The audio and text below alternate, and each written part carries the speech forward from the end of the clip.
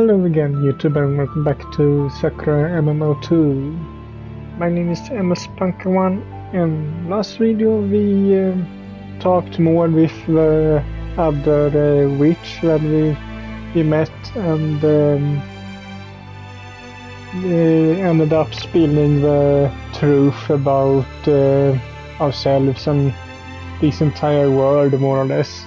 But it's just a video game, and all the others are NPCs.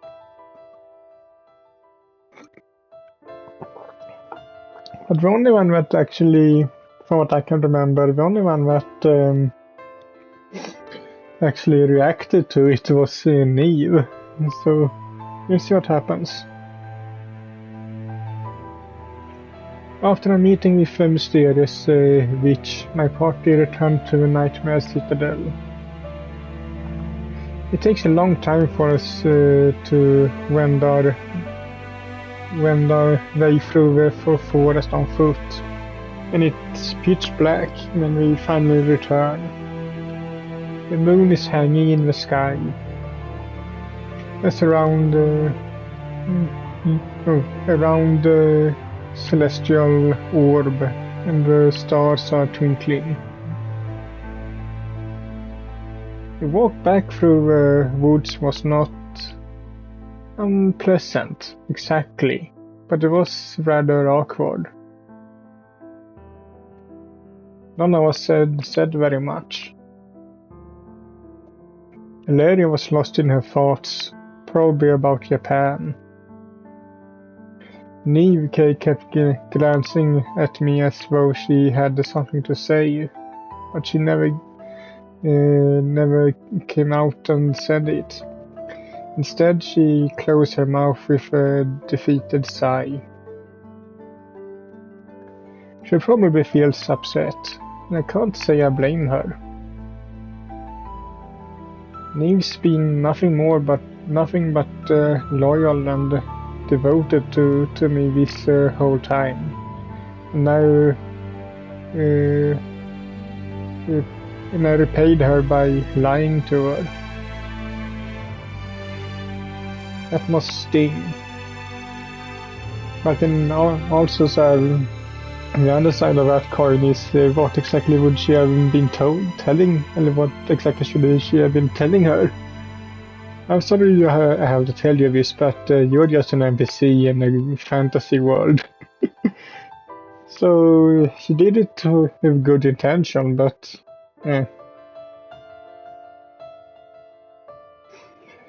Theon tried to cheer us up by telling silly jokes, but Valeria and Neve ignored her. After being rebuffed so many times, Theon stopped clowning around and silence overtook us. It was a slow, quiet, dreary sort of march. When we finally returned home, Theon retreated to her bedroom, while Larry goes out into the forest to practice with her trusty sword. And as for Neve, I almost thought my maid might try to avoid me. I know I must have hurt her by keeping quiet through identity, and I would be surprised if she wants some time alone to think about everything. It isn't every day a person learns that the one they care about more than anything is from another world, or that their own world is in another dimension is actually a part of a video game. I doubt Neve even knows what a video game is. As of despite having magic, isn't technologically advanced enough for that. But it must come as a shock all the same. That's why I'm so startled when a little around midnight I hear a knock against my door. And you have your normal dress on too. That's nice.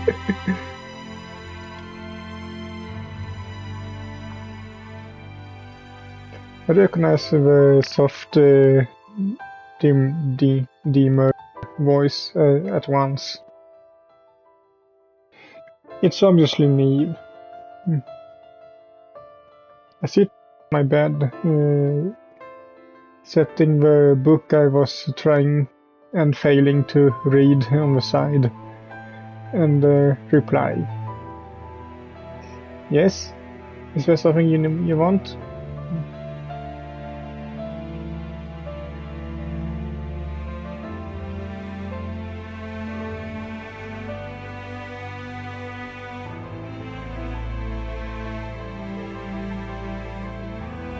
It's fine, Neve. You can come in. Of course not. It's the exact opposite. In fact, I welcome the company.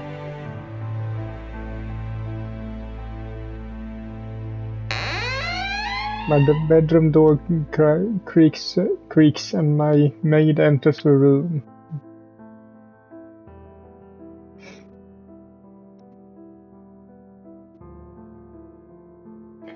It's no problem. You're always welcome, Neve. You don't even need to ask.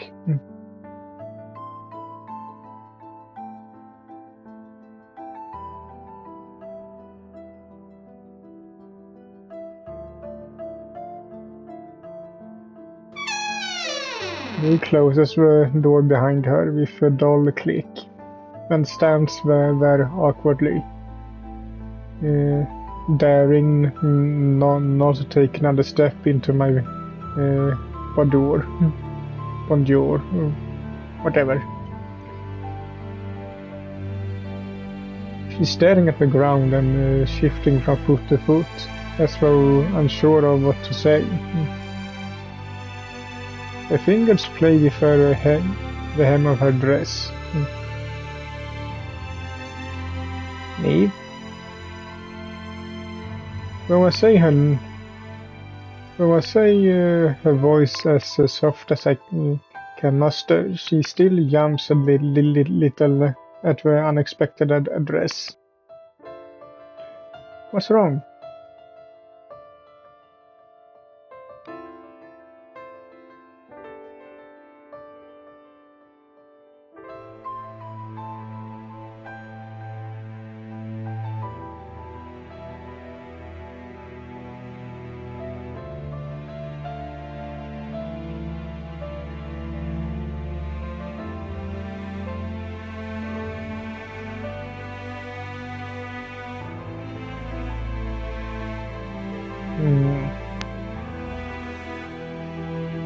I fall silent, weighing up my options.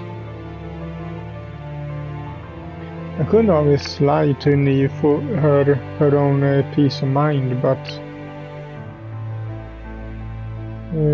this peace would be nothing more than a momentary illusion. I kept her in the dark for far too long already.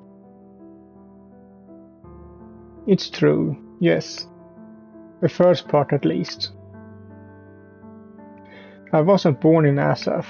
In fact, to me, Asaph was nothing more than a game. I don't think it was real, and I did not think it was real until a month earlier, when I was summoned here.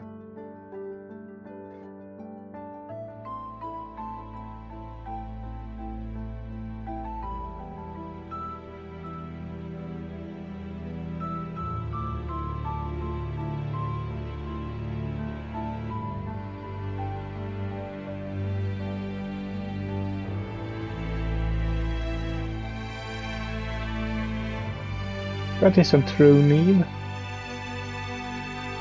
I rise to my feet and approach my maid. I rest one hand against Neve's shoulder, gently, not wanting to startle her, and tip her chin upwards with my index finger. our eyes meet. SF is real. It's undeniably real. I'm here and I know it's no dream.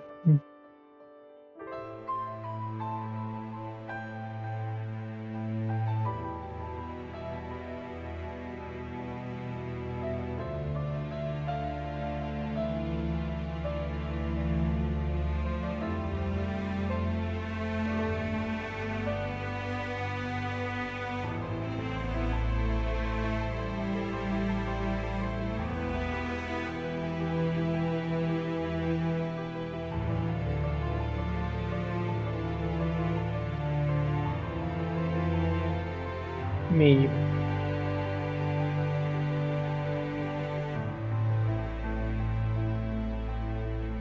In her passion, Neve has dropped her respectful title of my lady, that she often uses. She takes my hand in her own, squeezing our fingers together tightly, and looks at me with large, shining eyes that are threatening to spill tears.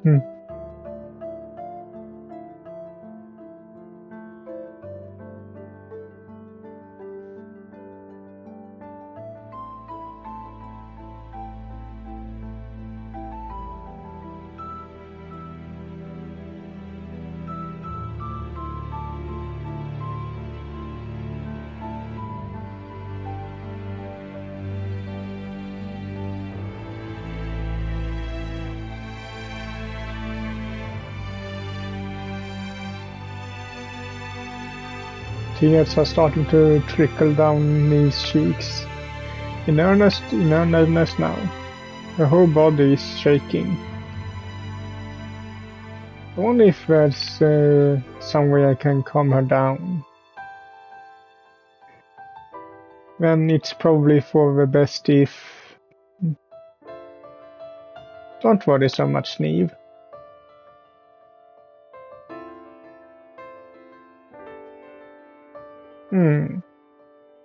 That's nice.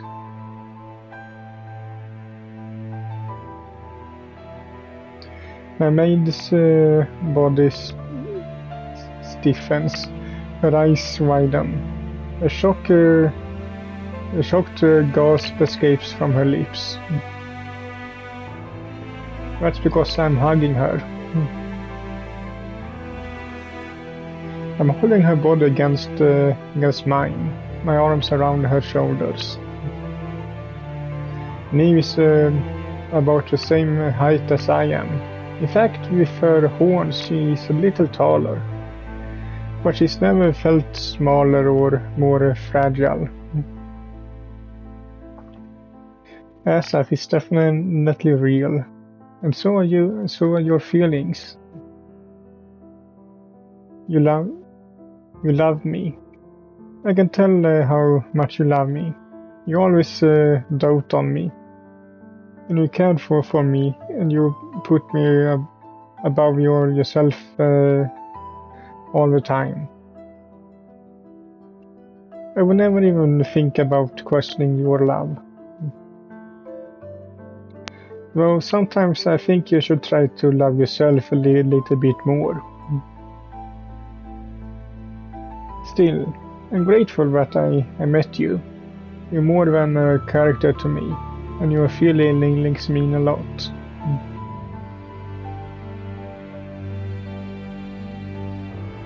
That's right. I cherish them with all my heart. I press a soft kiss against Neve's forehead. I know you're real, and I know your feelings are real too. Isn't that enough?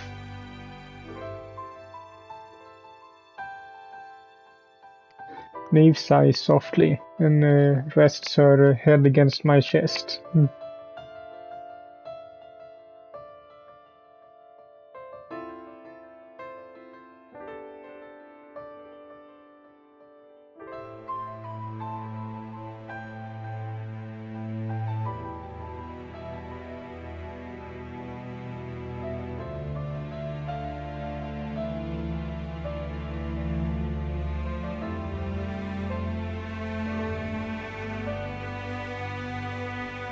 And what about now? I run my fingers through Neve's short dark hair. Do you feel any better?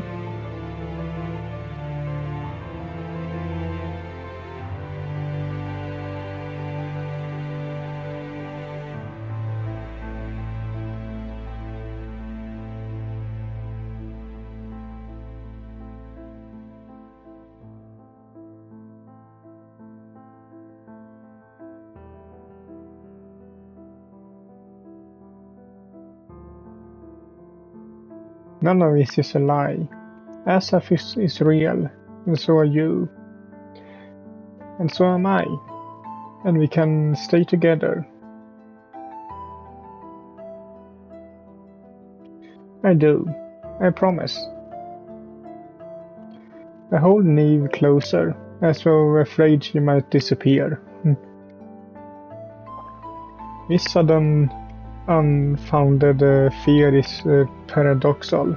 Really, I'm the one who is in danger of leaving, and yet I still don't want Neve to go. All of a sudden, I don't want to be parted from her. Call it selfish if you will, but I've never been loved this deeply and unconditionally before. I doubt many people have. I don't know if I really deserve this love, but I don't want to cast it to one side. I can't. Not when I doubt I ever be loved like this ever again.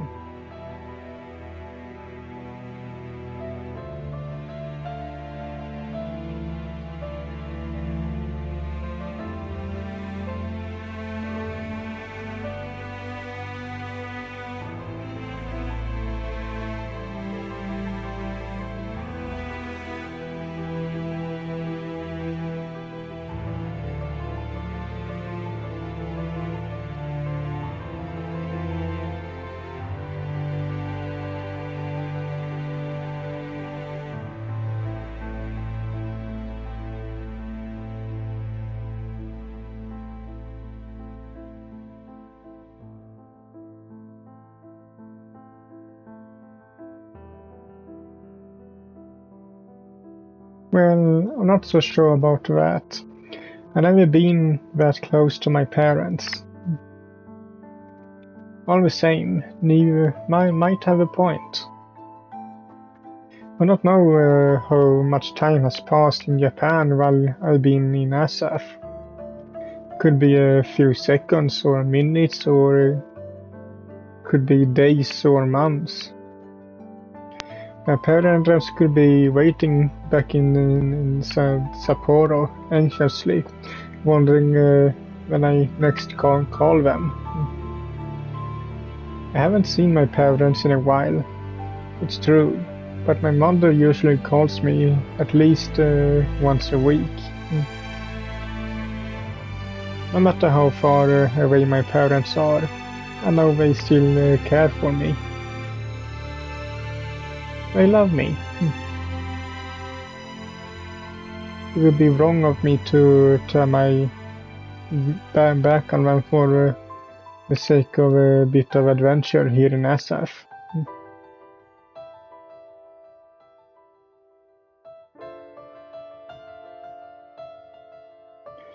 Could be...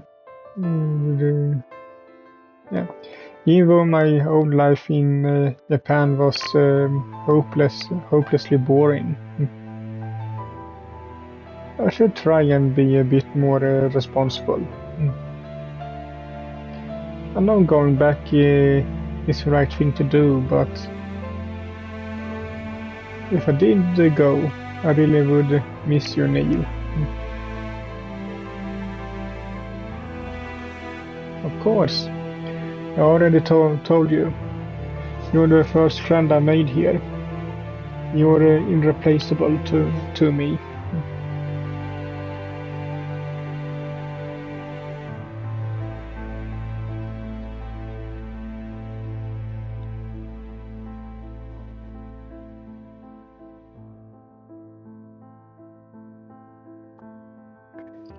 Neve's fingers tighten around my waist.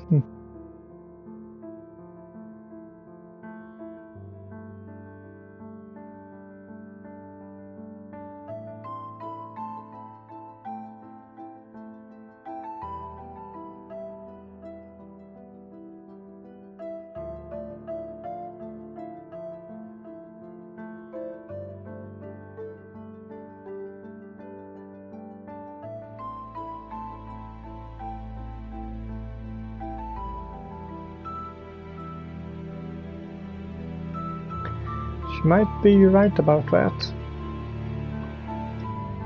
It's true that when I arrived in Asaf, Neve knew who I was, and she was rather perplexed when I didn't act the way the old me used to. Maybe another me will appear to replace the current me. Game character of you comes back, so it becomes like before she entered.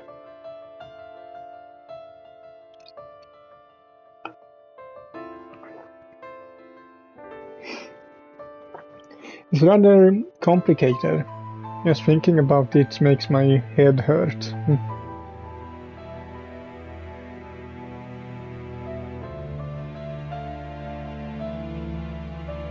Neve sniffs.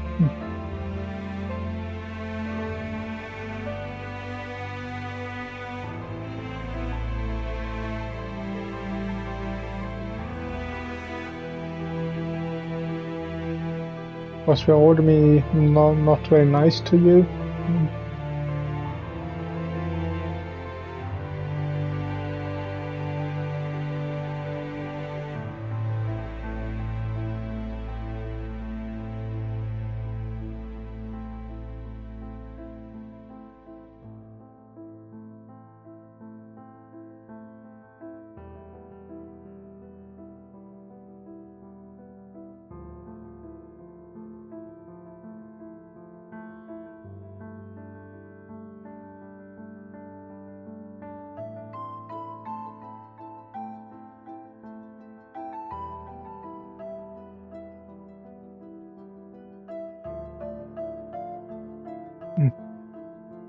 Neve tries to smile, but it's obviously forced.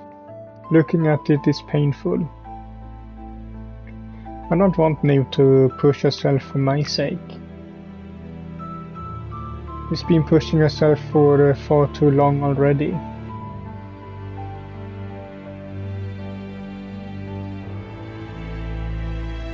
I draw back from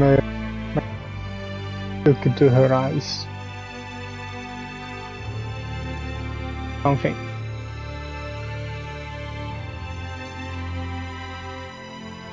I don't know if I really will leave Asaf, and after talking to you, I don't know if I can. Shh. I press a fingertip against Neve's lips. I don't want you to feel guilty. I'm just starting to stating the facts. Well, I love my parents. I'm going to love you more. I care about them more than they do. Albeit in a different way. Neve's love is rather intense. If I left you, I would miss you. I like you. I like your company. I don't want you to return to being a character inside the game that I can't speak to. That's why I think I might be for it might be for the best if I stayed in Asaf.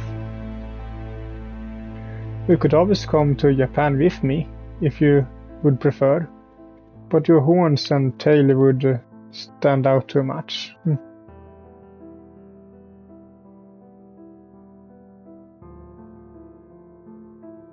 Not any at all. Wait, what did she say? Okay.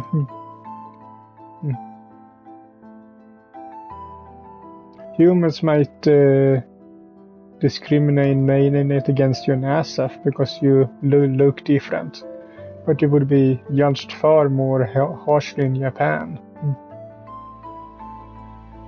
I couldn't ask you to suffer so much for my sake. And I don't want you to leave your family behind either. It will be easier for me to stay here. I have less to lose and I like SF. I like being here and I like being with you.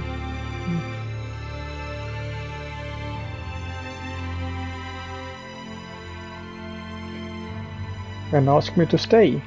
Be a little selfish.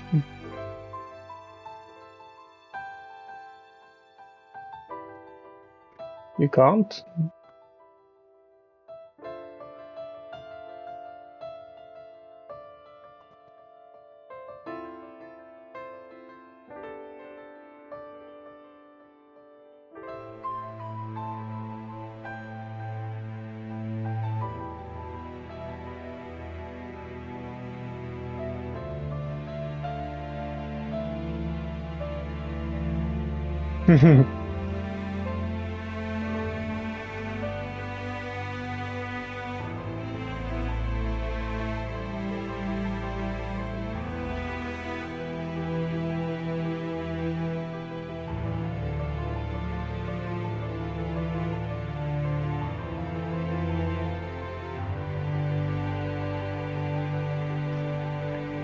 And don't stop. I don't mind if you're a little possessive.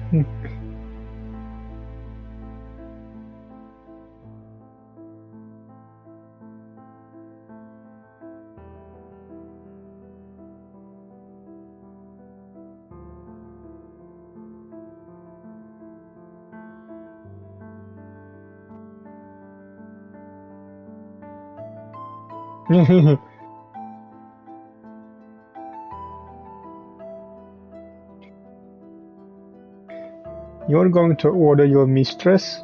That's rather bold of you. I said selfish, no, not bold or some whatever you could call her.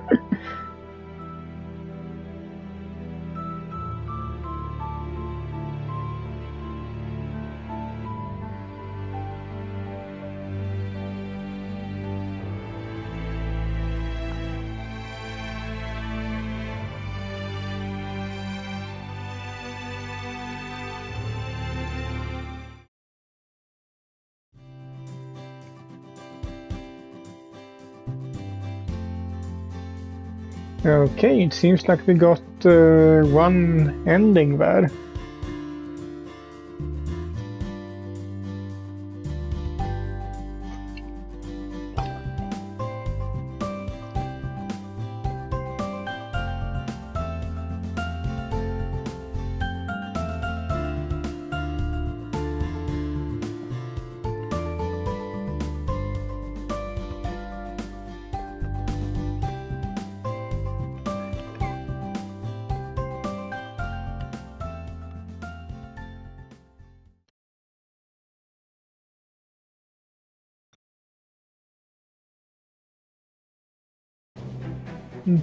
But yeah, that seemed to be one ending of the game, so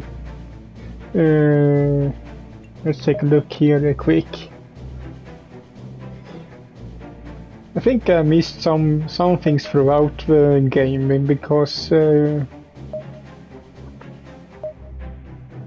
for example, I think it was something that I missed since it's missing one CG.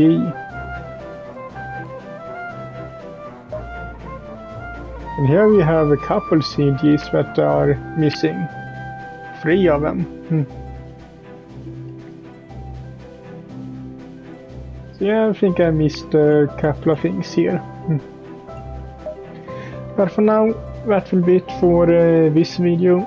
So if you liked it, I hope you liked it, and if you did, so leave a like to it as usual, and I will see you all in the next one. Bye.